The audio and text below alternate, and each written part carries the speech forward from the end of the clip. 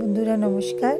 আজকে মহাশিবরাত্রি উপলক্ষে আমি একটি ছোট্ট ভিডিও নিয়ে আসলাম শিবরাত্রি। তো তার জন্য আমি প্রস্তুত করে নিয়েছি। প্রথম থেকেই আমার প্যাকেটে অনেক ফুল, আলমন্ডস, নারকল এইসব তৈরি করেছি। তারপর দেখেন আমার ছোট্ট নন্দী মহারাজও আছেন, সাথে বেলও পেয়ে গেলাম একটা। আমি তার সাথেই আমি ভগবানকে নিমন্ত্রণ করে নিয়েছি।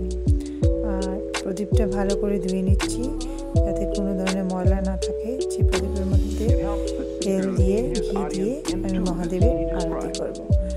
তো যেহেতু আজকে শিবরাত্রি তাই ঠাকুরের ভোগ লাগাচ্ছি। একটু ফল, একটু মিষ্টি দিয়ে সুন্দর করে ঠাকুরকে একটু সাজিয়ে গুছিয়ে দেবো ভাবছি। তার সাথে ঠাকুরের একটি ঝুলনা বানিয়েছি, কিন্তু আমার ঝুলনাটা একটু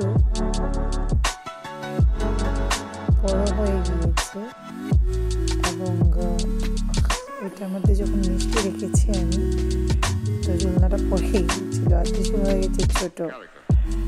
তো অনেক কষ্টে আমি ম্যানেজ করেছি ছোট ত্রিশূল এবং বড় ঝুলনা। তারপরে দেখে আমি কর্পূরের বাতি তৈরি করে নিয়েছি এবং প্রদীপের মধ্যে তুলো বসিয়ে তার মধ্যে আমি তেল ঢেলে দিলাম এবং তার সাথে আমি অল্প ঘি দিয়েছি এবং আমার ঘিটা গলেনি, তাই গোটা ছিল ওগুলো আমি প্রদীপের মধ্যে দিয়ে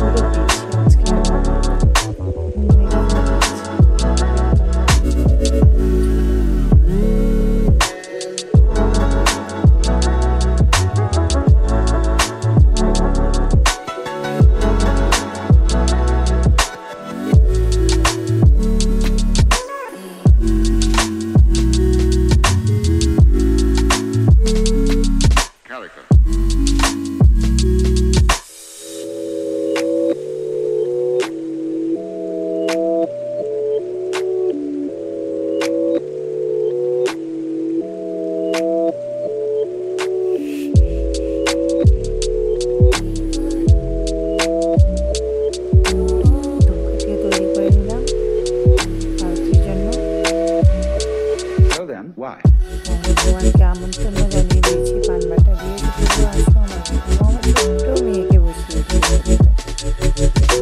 পুজো করবে। আমার পুজোটি আমি দেখাইনি আমি কীভাবে করেছি, তো ওকে দিয়ে পুজো করাচ্ছে। তারপর প্রথমে জল দিল মহাদেবকে,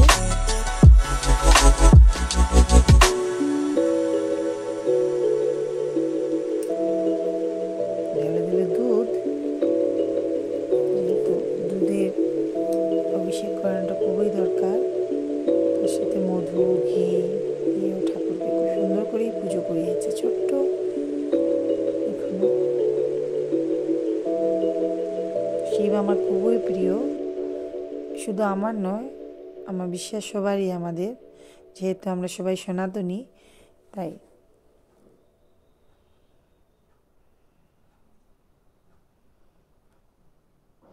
তো আমি আরতিটাও তৈরি করে নিয়েছি।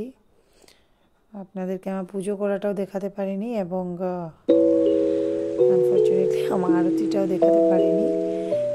পুজো কমপ্লিট হয়ে গেছে, তারপর আপনাদেরকে একটা ছোট্ট ভিডিও করে দেখাচ্ছি।